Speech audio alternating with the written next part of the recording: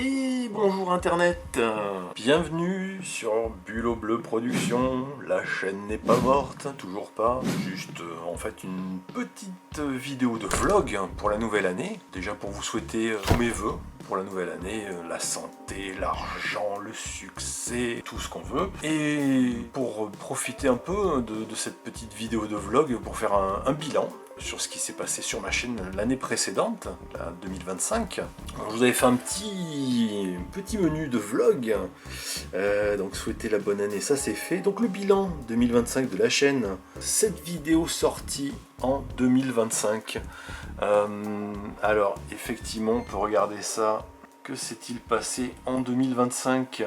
Donc cette vidéo sortie en 2025 sur ma chaîne, c'est très peu par rapport à 2024 où j'en avais sorti 10, enfin 9, puisque j'avais sorti une vidéo on va dire sur un bouquin qui n'était pas une bande dessinée, Le Prestige, et que j'avais mis en non répertorié puisque effectivement je voulais rester intègre à l'identité de ma chaîne, en fait faire que des bandes dessinées ou qui a un rapport avec les bandes dessinées, les comics, les mangas, etc. Donc ça fait 9, donc 2 de plus. Et par contre quand on repart en 2023, et ben là on était à 21 vidéos, hein, le feu d'artifice, l'explosion. Je me suis beaucoup cherché, j'ai essayé de trouver ma voie, j'ai voulu faire des vidéos beaucoup plus longues, beaucoup plus fournies que celles que je faisais au départ. Après, je misais plus sur la qualité que sur la quantité, mais j'hésitais encore entre deux formats, entre des formats longs, comme par exemple les X-Men, l'espèce de chronologie que je voulais faire sur les X-Men, un peu ce que j'avais fait sur Barry Windsor Smith également, et des petites vidéos plus courtes sur des chroniques, sur des albums en particulier. Donc j'ai voulu faire aussi des vidéos sommes en fait avec plusieurs bouquins vous présenter, qui étaient des vidéos intermédiaires. Je sais pas, je verrai si j'en refais d'autres d'ici là. En ce qui concerne les statistiques de l'année pour la chaîne, donc bon c'est pas terrible, 81 nouveels abonnés quand même, bravo, je suis fier de moi, je suis fier de vous, j'ai passé la barre des 400 abonnés, hein. On est à 412, 13, je sais plus, à l'heure actuelle, ce qui est pas mal. Donc beaucoup d'abonnés hein, sur la dernière vidéo sur X-Men Chronologie 2, je pense qui était une vidéo peut-être c'est le deuxième épisode d'une saga, d'un grand thème. Et sur les X-Men, je pense que ça peut augmenter par la suite, hein, notamment Neil Adams. Je pense que je vais continuer, hein, parce que c'est vraiment un tremplin, hein, les premiers X-Men, les X-Men des origines, des années 60, très peu de lecteurs actuels les connaissent. Donc c'est vraiment un petit rappel à la mémoire, mais les futures vidéos, si je continue la série, l'envie est là, mais la possibilité, je ne sais pas. Donc je pense qu'elles vont bien augmenter aussi mes stats. Je pense qu'il y a beaucoup plus d'amateurs de comics que de BD classiques en fait. Mais bon, en tout cas, j'ai toujours bon espoir de vous faire découvrir des BD, peut-être axer plus précisément sur des albums, faire des petites critiques rapides sur des albums que j'aime bien, et après faire des grandes vidéos qui prennent plus de temps, comme les X-Men, comme Love and Rockets. J'ai très envie de faire une thématique Love and Rockets, j'en parlerai plus tard. Continuer Gutanabe, Lovecraft en manga également. Et en parlant de Love and Rockets justement, donc j'étais toujours sur la salve 7 que j'attends avec vraiment grande impatience, que j'ai commandé. Alors j'ai loupé la salve 6, donc les tomes, je sais plus, c'était 12 et 13. J'essaye de voir s'ils vont sortir en collector. A priori ils sont pas sortis. Et justement en parlant de ça, je vais vous montrer mes achats de BD de l'année 2025. Suivez-moi. Du coup, on va commencer... Ah. Je vais peut-être allumer la lumière. Ah, c'est mieux. Mes achats 2025, je vais commencer, justement, on parlait de manga. Là, j'ai fait une razzia dans l'année 2025. Alors, très peu d'achats, hein. La pile n'est pas énorme, parce que, bon, difficultés financières, déménagement, je vous en reparlerai plus tard, mais donc du coup, j'ai un peu limité. Mais voilà, je me suis focalisé sur Junji Ito, la méthode Junji Ito, Alors j'ai trouvé ce petit bouquin assez intéressant. Moi je suis assez fan de bouquins sur des dessinateurs particuliers. Puis là j'ai un crush sur Junji Ito. Je vous en ferai peut-être une chronique. Hein. D'ailleurs j'ai plusieurs bouquins de Junji Ito que je souhaite chroniquer peut-être dans la même vibe que Gutanabe. De l'horreur pure, hein, manga. Ensuite, toujours pareil, Junji Ito, j'ai acheté Blade Paradox, que je n'ai pas lu. Vous voyez, hein, ils sont toujours emballés, j'ai pas eu le temps de les lire. Je vous avais dit aussi également que je ferai une critique, que je continuerai la critique des Gutanabe, notamment, j'aurais dû enlever le truc, mais bon, l'abomination de Dunwich, les 3 volumes, ouais, parce que je les ai achetés tous, hein. J'ai hâte de les lire, j'ai tellement hâte, vous pouvez pas imaginer. Mais je n'ai pas encore trouvé le temps, donc voilà, désolé pour ça brille, je les ai même pas déballés. Et du coup, comme j'ai traîné, ils en ont sorti d'autres, hein, notamment les Chats d'Ultar, très énigmatique, petit fascicule, et l'Indicible. Là on voit clairement que c'est Lovecraft. Les Gutanabe, hein, je pense que sont vraiment en haut de la liste de ma pile de lecture. J'ai également acquis Alan Moore, Vision. Je vais continuer justement l'exploration de l'œuvre d'Alan Moore. Ça peut faire partie, enfin ça fera certainement partie d'une prochaine, un prochain thème. Si j'ai le temps, je le ferai. Et donc du coup voilà, c'est un des bouquins d'Alan Moore que je n'ai pas lu et que je ne connais pas. Apparemment c'est toujours avec, comment il s'appelle, Jason Burroughs.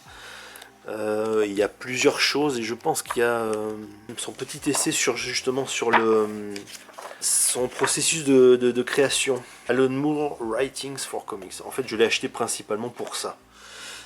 Voilà, je suis passionné pour savoir, hein, par comment dire, la cuisine interne, hein, la fabrication des comics.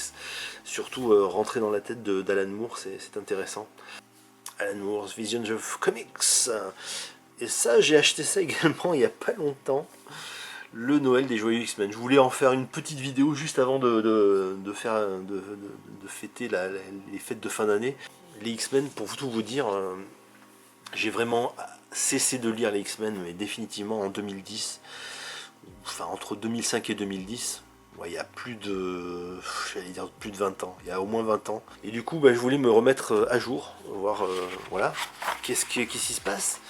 Donc je me suis dit tiens ça peut être rigolo. J'ai commencé à lire et je ne comprends plus. Alors je reconnais les personnages et je ne comprends plus leur motivation, mais ça a l'air rigolo.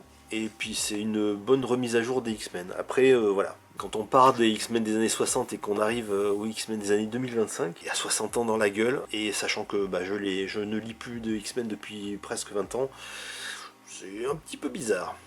Je vous montre ça parce que ça, du coup, je l'ai acheté dans une librairie d'occasion. Et je ne sais pas pourquoi j'ai pris ça. Dostoïevski, Le Soleil Noir. Je pense qu'en fait, je devais prendre des livres en vrac et j'en ai pris quelques-uns. Et celui-là avait l'air assez intéressant. C'est un bouquin, donc c'est un auteur que je ne connais pas.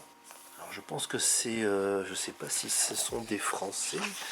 Mais en tout cas, le dessin a l'air assez intéressant. Et c'est un bouquin basé en fait sur Dostoïevski, hein, donc le fameux écrivain russe. Je l'ai acheté en 2025, je pense qu'en tout début d'année, et je ne sais pas pourquoi je l'ai acheté, mais il est toujours sur ma pile à livres et je vous dirai ce que c'est si ça intéresse des gens. Alors ça m'a fait rigoler. Donc Triso Tornado. Alors ce bouquin il a une petite comment dire, c'est une anecdote un peu particulière sur ce bouquin, donc Futuropolis, hein, c'est plutôt intéressant. Ce bouquin, en fait, dans la résidence où j'habitais, puisque j'ai déménagé, ils ont mis une petite table pour les gens qui voulaient laisser leurs livres à lire, comme une boîte à livres. Et donc, du coup, on pouvait récupérer des livres, les lire, etc. Et c'était la première fois où j'ai vu une BD. Donc un joli album, mais alors avec un sujet un peu particulier, hein, sur un enfant trisomique. Et j'ai trouvé ça assez, alors pas rigolo, mais intriguant. Et du coup, la BD avait l'air un peu... c'est pas forcément ce que j'aime, hein, du tout. Mais voilà, c'était un signe, je me suis dit, tiens, je vais lire cette BD. Futuropolis, d'ailleurs j'adore cette maison d'édition, hein, d'ailleurs qui est comme celle de Dostoïevski. Hein. Donc c'est pour ça que je les ai mis tous les deux dans le même sac. Et pour finir, un petit cadeau de mon cousin qui revient des États-Unis. Donc un Superman. Donc apparemment c'est le Adventure of Superman 500. Du coup, d'après ce que j'ai lu, c'était un Superman un peu collector, mais je pense que au niveau de la valeur monétaire, il a été vendu à des milliers d'exemplaires. Hein. Et en fait, c'est la première apparition des Superman, c'est-à-dire en fait les remplaçants de Superman. Après la mort de Superman dans les années 80, en 92, je sais plus, il y a donc 5 prétendants au trône du Superman qui sont arrivés. Donc il y avait le Man of Steel, enfin il y a Steel, Superboy, il y avait le Kryptonien, il y avait l'Android, et donc chacun prétendant être le vrai Superman revenu d'entre les morts. Et donc ça c'est le numéro apparemment qui introduit tous ces personnages. Donc une petite surprise sympa, je pense que je vais pas l'ouvrir, je vais peut-être le sortir de sa poche, mais je vais garder le blister. Parce que du coup on peut le lire hein, sur internet, et puis je l'avais en fait puisqu'il était, j'avais les albums de la mort de Superman, donc il était de la mort et le retour du Superman, qui était paru chez Urban Comics, que j'avais et que j'ai vendu, parce qu'il fallait faire de la place et puis il fallait faire des sous. Et du coup je l'avais lu cet épisode, donc qui était pas mal, hein, qui était avec plusieurs dessinateurs, mais voilà. Et donc juste pour vous montrer que c'était les derniers bouquins de Love and Rockets, et j'ai loupé la salve d'après, la 12 et 13, parce que ça c'est 10 et 11, 12 et 13, et donc j'ai pris 14 et 15. Et donc du coup, bah, entre les deux, normalement, il devait y avoir une série d'albums que j'ai loupé malheureusement, parce que voilà, je n'ai pas beaucoup acheté. C'était vraiment la dèche. Et l'année 2025, pour moi, c'était l'année de la dèche. Maintenant, projet 2026. Mais quels sont les projets? Je vous en ai parlé des projets. Déjà, j'ai déménagé. Juste pour vous montrer, là, je suis pas vraiment chez moi. En fait, c'est la chambre de mon fils. Et donc du coup, j'ai squatté un peu sa bibliothèque pour y bourrer tous mes livres. Il y en a également dans la chambre de ma fille, dans des placards et tout ça. Voici mon futur setup encore en travaux. Et donc du coup ma bibliothèque ira ici sur ce mur où je pourrais enfin mettre mes livres, faire des belles vidéos, etc., etc. Et le projet également pour la chaîne, c'est de essayer de faire une vidéo par mois, hein, si c'est possible, voire plus, mais bon, une vidéo par mois déjà ça sera une bonne discipline, déjà la première de janvier. Je vais la faire sans filet, sans montage, on va essayer. Et surtout continuer du coup la chronologie X-Men comme je l'ai dit, Gutanabe comme je l'ai dit, faire des petites chroniques vite fait sur des albums, j'en ai plein en stock, j'en ai plein que j'ai sous le feu, il faut juste que je puisse les faire. Ah oui, je voulais vous parler un peu du FIB, le festival d'Angoulême 2026.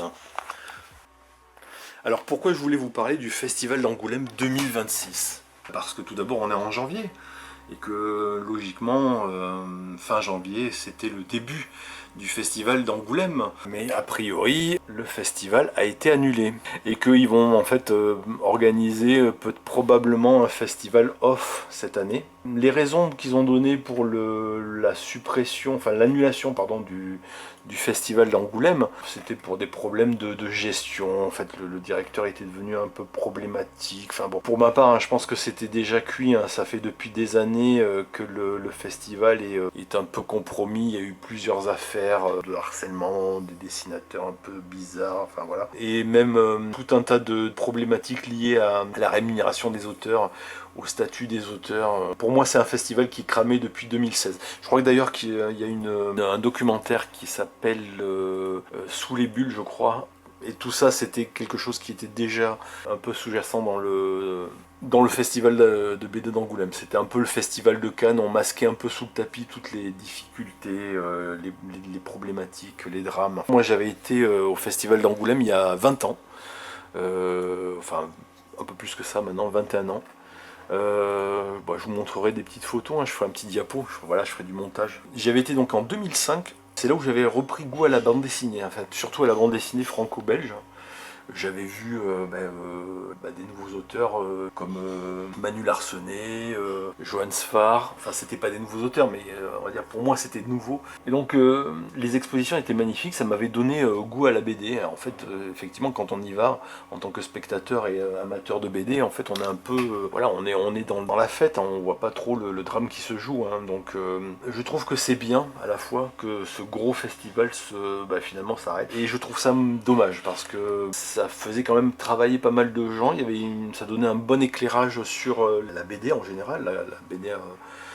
On va dire sous toutes ses formes, hein, que ce soit les mangas, les comics, etc. Et donc pour conclure sur le festival de la BD d'Angoulême, j'étais plus trop en phase avec les publications qu'ils mettaient en avant, et même le style global de la BD franco-belge qui, dans sa grande majorité, me plaît pas forcément. Je trouvais ça un peu toujours la même chose. Quand on consulte parfois le palmarès des BD franco-belges des précédents festivals, le style ou les thèmes mis en avant ne me parle plus du tout. C'est soit le style est trop politisé, soit le dessin est trop simple. Ça raconte pas vraiment des histoires qui m'intéressent. Donc j'avais vraiment abandonné la plupart des BD qu'ils proposaient ou qu'ils mettaient en avant. Et globalement, ça ne m'intéressait plus en fait. J'étais intéressé par les auteurs invités, ou du moins les auteurs étrangers invités. Ça avait pris une tournure que je n'aimais plus trop.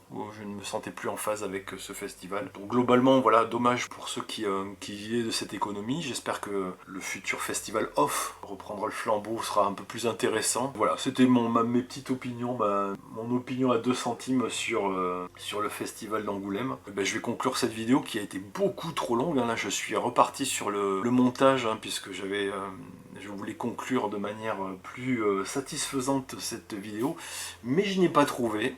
Du coup, il me reste quoi d'ailleurs? Il me reste à vous dire à bientôt et ciao Internet.